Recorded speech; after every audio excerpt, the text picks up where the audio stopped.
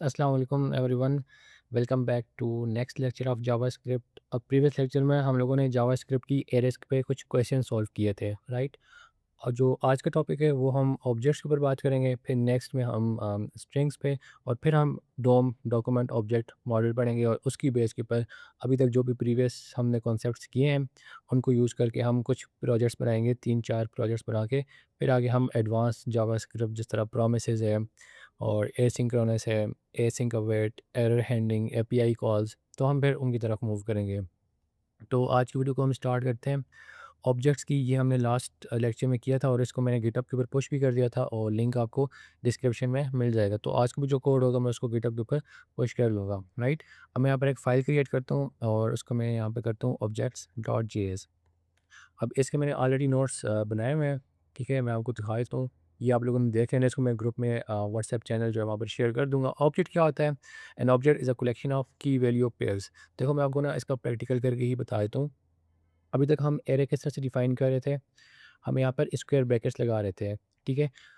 अगर हमें मार्क्स की एरे चाहिए थी तो हम स्क्वायर ब्रैकेट लगा के वहाँ पर कुछ इंडेक्सिंग के थ्रू उसकी वैल्यूज़ को प्रिंट करवा रहे थे। अगर हम डायरेक्ट ही मार्क्स लिख लेते तो वो पूरी की पूरी एरे प्रिंट कर देता। लेकिन अगर हमें स्पेसिफिक वैल्यूज़ चाहिए होती हैं तो देन हम इंडेक्स यूज़ करके या उसके ऊपर लूप यूज़ करके हम उसकी वैल्यूज़ को एक्सट्रैक्ट कर सकते थे। अब ऑब्जेक्ट्स के केस में क्या होगा कि ऑब्जेक्ट्स आपको बनाने हैं, पहले तो कर्ली ब्रेसेस से, स्क्वायर ब्रैकेट से नहीं बनेंगे। जिस तरह मैं यहाँ पर लेट स्टूडेंट का एक ऑब्जेक्ट बनाता हूँ तो मैं यहाँ पर कर्ली ब्रेसेस लगाऊंगा और इसको ओपन करूँगा। अब इसमें दो चीज़ें होंगी, एक होता है हमारे पास की और दूसरा होता है हमारे पास वैल्यूज़। तो ये असल में की वैल्यूज़ पेयर्स का एक कॉम्बिनेशन होता है। जिस तरह हमें एक यहाँ पर एक वेरिएबल डिफाइन करना है नेम, ठीक है? उसके बाद आपको कॉलन लगाना है और यहाँ पर आप अपना कोई भी नेम पास कर सकते हो। उसके बाद यहाँ पर हम एज पास करेंगे, ठीक है? अब जो हमारे पास इंटीजर नंबर्स हैं या फ्लोटिंग नंबर्स हैं उनको आपको इन्वर्टेड कॉमास में लिखने की कोई नीड नहीं है, क्योंकि वो वेरिएबल्स इंटीजर्स हैं, ठीक है? फ्लोटिंग है, इस तरह आपको स्ट्रिंग इन्वर्टेड कॉमास में ही लिखना है। इसके अलावा यहाँ पर हमारे पास और उसकी जो भी इन्फ़ो हो सकती है वो हम यहाँ पर लिखेंगे। और इसके अलावा आप यहाँ पर एरेज़ भी पास कर सकते हो, ठीक है? अगर मैं यहाँ पर हॉबीज़ लिखूँ तो आप लोग अपनी-अपनी मर्ज़ी की हॉबीज़ वगैरह यहाँ पर टाइप कर सकते हो, ठीक है? अच्छा, इसके अलावा आप ऑब्जेक्ट के अंदर ऑब्जेक्ट भी पास कर सकते हो। जिस तरह से अगर हम इसके अंदर कुछ और पास करें, फंक्शन भी आप यहाँ पर पास कर सकते हो। अब मैं यहाँ पर इसके इनसाइड और क्या ऑब्जेक्ट पास कर सकता हूँ? लेट्स से क्लास का मैं यहाँ पर कर देता हूँ, ठीक है? तो इसके अंदर मैं ना क्लास यहाँ पर हम सेमेस्टर इस तरह से लिख लेते हैं, ठीक है? सेमेस्टर और लेट्स से 6th हम डाल लेते हैं और आईडी हम यहाँ पर कर लेते हैं 1054, लेट्स से कुछ भी रोल नंबर वगैरह हो गया, ठीक है? तो मतलब ये है कि हम की वैल्यूज़ पे नॉर्मल वेरिएबल वगैरह भी रख सकते हैं, एरेज़ भी हम रख सकते हैं इसके अंदर। इसके अलावा हम इनसाइड ऑब्जेक्ट भी रख सकते हैं। इसके अलावा हम यहाँ पर फंक्शन भी रख सकते हैं, ठीक है? लेट्स से हम यहाँ पर से हेलो का फंक्शन रख लेते हैं, तो आपको यहाँ पर क्या करना है, फंक्शन लगाना है और फंक्शन के बाद हम यहाँ पर अच्छा, यहाँ पर आपको कॉमा डालना है, ठीक है? हर एक जब भी आपकी की कंप्लीट होगी उसके एंड के ऊपर आपको कॉमा लिखना पड़ेगा। लास्ट वाला जो है ना वो ऑप्शनल है, वहाँ पर आप जो है ना वो कॉमा डालो या ना डालो, तो इट्स ऑप्शनल। बट ऊपर वाला सबके लिए ऑप्शनल नहीं है, वो मैंडेटरी है। और मैं यहाँ पर कंसोल डॉट लॉग कर लेता हूँ।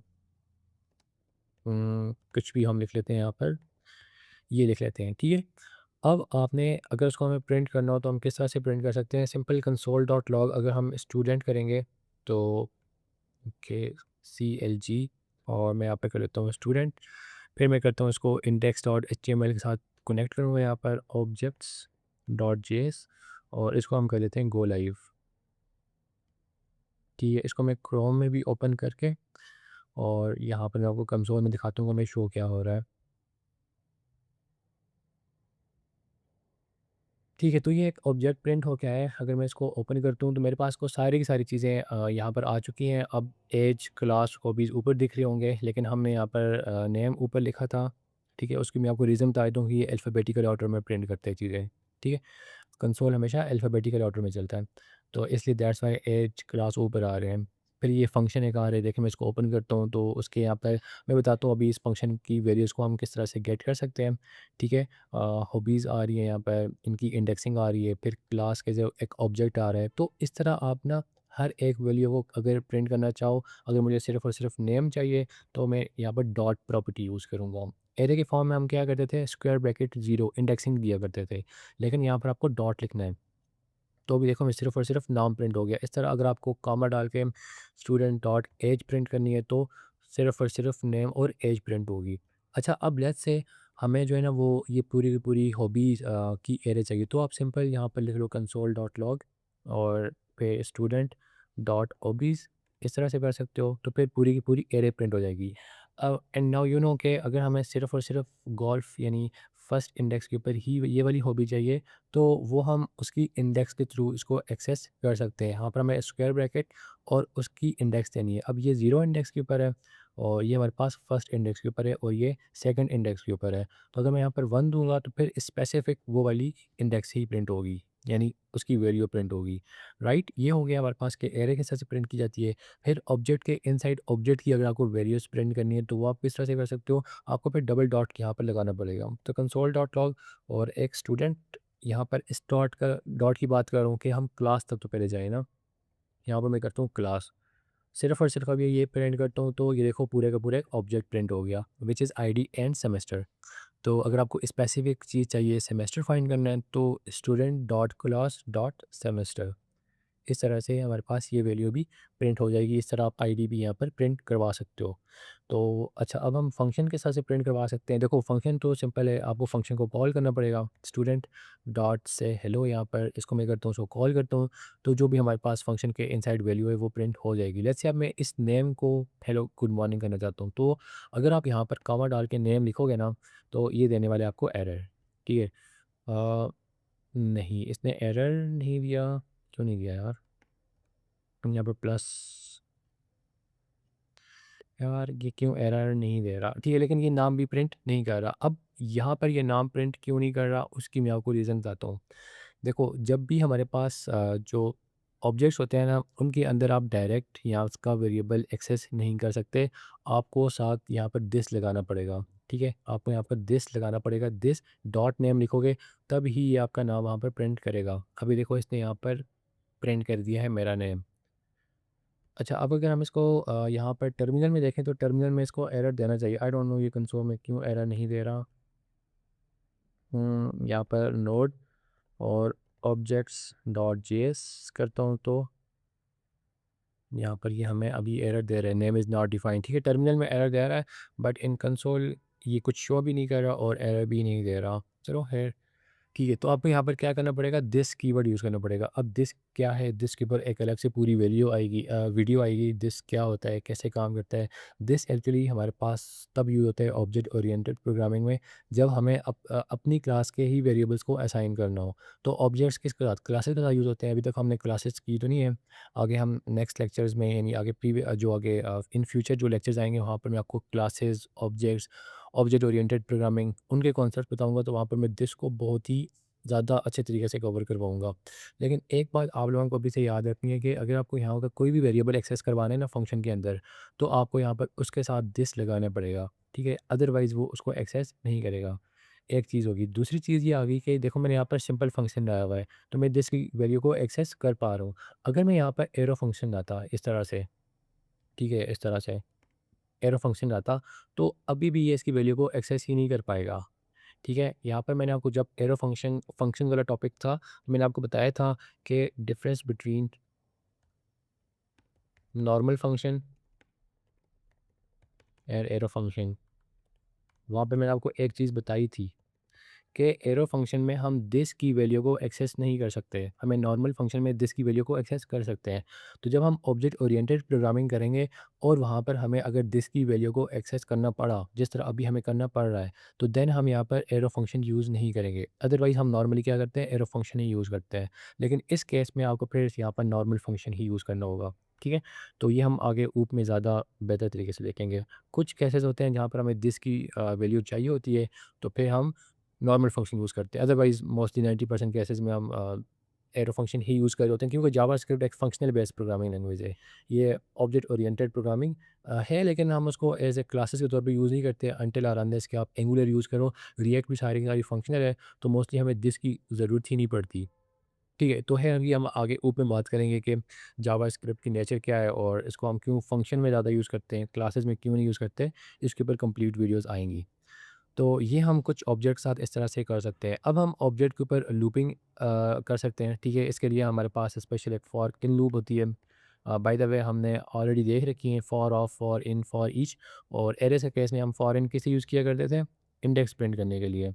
ठीक है, तो अगर हम इसके ऊपर फॉर इन लूप किस तरह से अप्लाई कर सकते हैं, आपको सिंपल आना है, यहाँ को लिखना है फॉर और लेट, यहाँ पर आप की कर लो या आई वेरिएबल डिफाइन कर लो, इन, और उसके बाद आपको अपने ऑब्जेक्ट का नेम, ठीक है।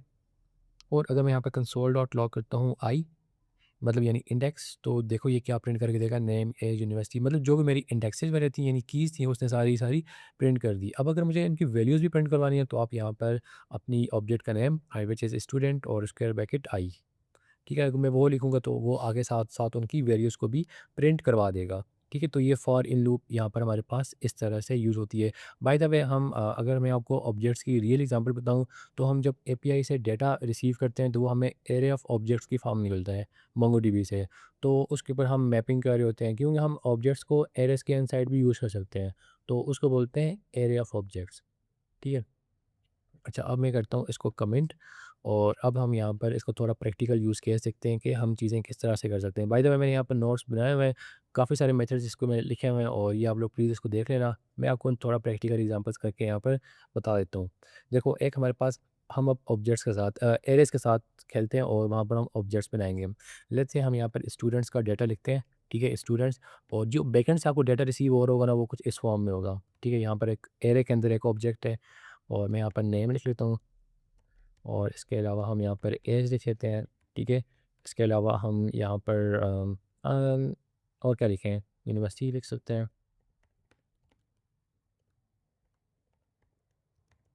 ठीक हो गया, ये हो गया। इसके बाद मैं इसको थोड़ा कॉपी पेस्ट कर लेता हूँ, ठीक है? 3 टाइम्स कॉपी पेस्ट कर लेता हूँ और यहाँ पर मैं एक और नाम लिख लेता हूँ और इसके अलावा यहाँ पर मैं एक और नाम लिख लेता हूँ। ठीक है, बस ये मैंने कुछ नाम लिख लिए हैं और लास्ट वाले में ऑप्शनल होता है, कॉमा डालो या ना डालो, लेकिन ऊपर वाले में कंपल्सरी है। तो ये हमारे पास एक एरे बन चुकी है ऑफ 3 ऑब्जेक्ट्स। अब एरे के ऊपर तो हम फॉर लूप भी लगा सकते हैं, फॉर ऑफ लूप भी लगा सकते हैं, फॉर ईच भी लगा सकते हैं, मैपिंग भी लगा सकते हैं, फ़िल्टर लगा सकते हैं, रिड्यूस लगा सकते हैं, ईच एंड एवरीथिंग हम यहाँ पर काम कर सकते हैं। तो हम क्या करते हैं कि पहले मैपिंग करके ना इसके ऊपर मैप लगाते हैं और उसको प्रिंट करते हैं।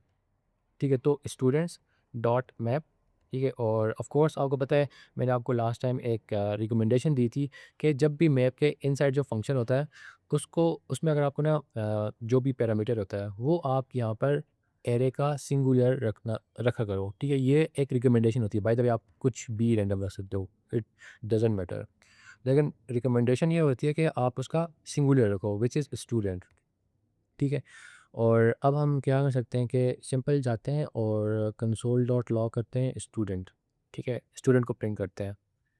तो ये देखो, मेरे पास तीनों के तीनों ऑब्जेक्ट्स यहाँ पर आ गए हैं, मतलब एरे हो चुकी है ओपन और उसके अंदर तीनों ऑब्जेक्ट्स मेरे पास प्रिंट हो चुके हैं, क्योंकि ज़ाहिर सी बात है ये हमारे पास जो स्टूडेंट था, ये क्या करते हैं, एरे के अंदर जाके एक एक एलिमेंट को पिक करता है और उसको कंसोल करवा रहे होते हैं, मतलब उसके ऊपर कुछ फंक्शन परफॉर्म कर रहा होता है। अब इस केस में हमारे पास एक एक एलिमेंट क्या है, पूरे का पूरा ऑब्जेक्ट है, ठीक है? ये पूरे का पूरा एक ऑब्जेक्ट है, ये पूरे का पूरा एक ऑब्जेक्ट है। तो अब इनकी वैल्यूज़ को कैसे एक्सेस करना है, फिर आपको यहाँ पर स्टूडेंट डॉट नेम, फिर कॉमा स्टूडेंट डॉट एज, फिर कॉमा स्टूडेंट डॉट यूनिवर्सिटी। तो हम जो एरेज़ से डाटा एक्सट्रैक्ट करते हैं वो हम कुछ इस फॉर्म में कर रहे होते हैं। लेट्स से हमें अगर ये H1 में चाहिए तो हम H1 में लिख लेंगे, ये पैराग्राफ में आ जाएगा, ये भी पैराग्राफ में आ जाएगा। तो हम इस तरह से उसकी वीडियोज़ को एक्सट्रैक्ट कर रहे होते हैं, ठीक है? अच्छा, अब हम इनके ऊपर डिफरेंट डिफरेंट फ़िल्टर्स अप्लाई कर सकते हैं यूजिंग फ़िल्टर मेथड। अब फ़िल्टर किस तरह से अप्लाई करने हैं, देखो फ़िल्टर के लिए फ़िल्टर मेथड लगाना पड़ेगा। अब हमें सिर्फ़ और सिर्फ वही स्टूडेंट चाहिए जिनकी एज 24 या 24 से ग्रेटर हो, ये एक कंडीशन है। मतलब हमें 24 से कम वाले एज वाले नहीं चाहिए। तो हम क्या कंडीशन लगा सकते हैं, स्टूडेंट्स डॉट फ़िल्टर, ठीक है? और यहाँ पर हम क्या पास करेंगे, स्टूडेंट, ठीक है? तो मैं यहाँ पर इसको ना रिटर्न करूँगा, ठीक है? और जब मैं रिटर्न करूँगा तो वो हमें क्या करेगा, एक न्यू एरे रिटर्न करेगा। तो मैं यहाँ पे लिखता हूँ रिटर्न, और student dot age is greater than 24, not greater than, क्योंकि अगर मैंने ग्रेटर देन 24 लिखा ना, वो 23 को और 24 दोनों को रिजेक्ट कर देगा, क्योंकि ज़ाहिर-सी बात है अब 24 से ग्रेटर थोड़ी है, तो यहाँ पे हमें इक्वल्स भी लगाना पड़ेगा। अब ये कंडीशन के ऊपर डिपेंड करता है, मेरी कंडीशन ये थी कि 24 और 24 से ग्रेटर वाले मुझे चाहिए, वो वाले एज वाले चाहिए। तो अब हम क्या करते हैं, ये हमें इसने रिटर्न कर दिया एक न्यू एरे, आई मीन मैं यहाँ पर क्या करता हूँ, लेट नो स्टूडेंट्स, इस तरह से मैं करके इसमें स्टोर करता हूँ। और यहाँ पर मैं अगर कंसोल डॉट लॉग करूँ न्यू स्टूडेंट्स, तो यहाँ पर ये हमारे पास न्यू स्टूडेंट्स को प्रिंट कर देगा। ये देखो अभी हमारे पास सिर्फ़ और सिर्फ़ कितने ऑब्जेक्ट्स हैं, 2, जबकि हमारे पास ओरिजिनल में कितने हैं, 3 ऑब्जेक्ट्स हैं। इसने सिर्फ़ 2 ऑब्जेक्ट्स हमें फ़िल्टर करके भेजे हैं। तो रियल जो टाइम होता है ना, मतलब हमारे पास एपीआई से डाटा किस तरह से फ़िल्टर होके आता है, वो यही मेथड इसी तरह से हम यूज़ करते हैं। अब जिस तरह आप लोगों ने अमेज़न पे, दराज़ पे अक्सर शॉपिंग की होगी, वहाँ पर हम फ़िल्टर जो लगा रहे होते हैं कि हमें सिर्फ़ और सिर्फ़ वही वाली शर्ट्स चाहिए जो जिनकी प्राइस 1000 से कम हो, तो हम उसका लगा भी लेते हैं। तो उसको थोड़ा प्रैक्टिकल करके देख लेते हैं। देखो हम एक अमेज़न की एग्ज़ाम्पल लेते हैं, अमेज़न की एग्ज़ाम्पल लेते हैं, कॉस्ट और प्रोडक्ट्स, ठीक है, इक्वल्स टू एरे ओपन की, उसके बाद फर्स्ट ऑब्जेक्ट बनाया, यहाँ पर नेम, ठीक है, नेम क्या है हमारे पास, टी शर्ट है एक, हम एग्जांपल लेते हैं टी शर्ट है, और उसकी क्या है प्राइस हमारे पास है 1200, ठीक है, और साथ उसके बाद हम कर लेते हैं कलर, और कलर है हमारे पास रेड, ठीक है। ये 3 की वैल्यूज़ काफ़ी हैं। अब मैं इसको करता हूँ कॉपी पेस्ट 2 3, हाँ 4 टाइम मैंने कॉपी पेस्ट कर लिया। अब यहाँ पे मैं कर लेता हूँ पोलो शर्ट, और इसकी प्राइस होगी हमारे पास 800 का लेते हैं, यहाँ पर हमारे पास ब्लैक हो जाएगा, ठीक है। यहाँ पर हम कर लेते हैं ड्रेस शर्ट, आप कुछ भी लिख सकते हो, और इसकी प्राइस हो जाएगी 650। ऑफ कोर्स ये कोई लिंडा से ही शॉपिंग हो रही है, ब्रांड से तो इतनी प्राइस की आपको नहीं मिलेगी। हम यहाँ पर वाइट कर लेते हैं, और इसके अलावा आप कर लो टी शर्ट ही कर लेते हैं, 2 टी शर्ट हो जाएंगे हमारे पास, और इसकी प्राइस हम कर लेते हैं 900, और इसका कलर हम कर लेते हैं ब्लू, ठीक है। अच्छा, अब ये 4 हमारे पास प्रोडक्ट्स आ चुके हैं।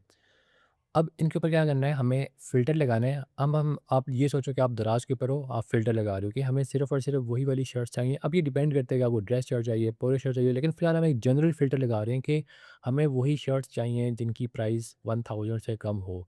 तो कहने का मतलब ये है कि हमें ये वाला तो नहीं मिलने वाला, अलबत्ता ये 3 हमारे पास फ़िल्टर होके आ जाएगी। तो किस तरह से करना है?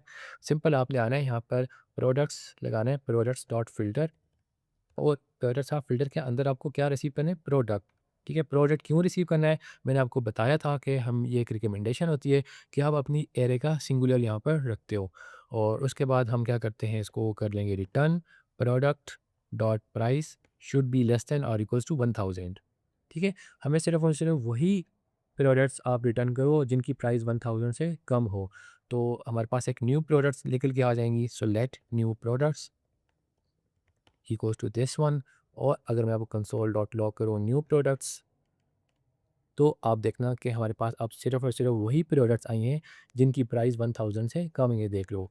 अच्छा, अब सामने फ्रंट एंड के ऊपर शो किस तरह से हो रही होंगी, कुछ भी नहीं हो रहा होगा, बस direct new products dot map, इसके ऊपर हम मैप लगाएंगे, और इसके अंदर हम दोबारा से प्रोडक्ट रिसीव करेंगे, और यहाँ पर हम कर देंगे console dot log product, sorry console dot log product dot name comma product dot price and comma product dot product dot colour. ये देखो अब हमारे पास क्या आ गया, ये देखो सारे का सारा डाटा एक्सट्रैक्ट होकर आ गया। ये तो फ़िल्टर होके आया, अब फ़िल्टर होने के बाद सारे का सारा डाटा एक्सट्रैक्ट होके आ गया। तो जो दराज और अमेज़न के जो बैकएंड पे काम हो रहा होता है ना, वो एग्जैक्टली इस तरह से हो रहा होता है। ऑफ कोर्स हमने अभी ब्राउज़र में कुछ नहीं देखा, अभी तक हम सारा कंसोल में कर रहे हैं, ये हम डोम के अंदर देखेंगे। जब हम रिएक्ट करेंगे तो तब इसको बहुत डिटेल से देखेंगे कि ये हम रियल टाइम में किस तरह से लगा सकते हैं। ठीक है, आप लोग इंजन बनाना सीख रहे हो अभी, इंजन को कनेक्ट कैसे करना है अपनी फ्रंट एंड के साथ, आई मीन एचटीएमएल के साथ, तो वो हम आगे देखेंगे, रिएक्ट वगैरह में देखेंगे, और कुछ प्रोजेक्ट्स हम डोम में भी करेंगे। क्लियर है?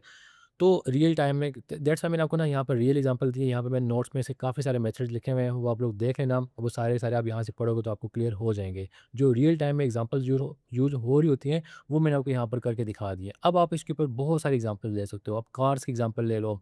अच्छा, एक और चीज़, हाँ, ये भी मैंने आपको एग्जांपल दी थी कि अभी हम सिर्फ और सिर्फ प्राइस की बेस पे फ़िल्टर कर रहे हैं। लेट्स से ऐसा बंदा है और वो बोलता है कि मुझे ना सिर्फ और सिर्फ पोलो शर्ट चाहिए, 1000 से भी कम हो और साथ पोलो शर्ट भी हो, तो आप यहाँ पर एंड कंडीशन लगाओगे, ठीक है? And product dot product dot name is equals to polo shirt, ठीक है? हमें ना पोलो शर्ट इस तरह से लिखना है, पोलो शर्ट। बस ज़रा स्पेलिंग का ध्यान रखना आपने, ठीक है?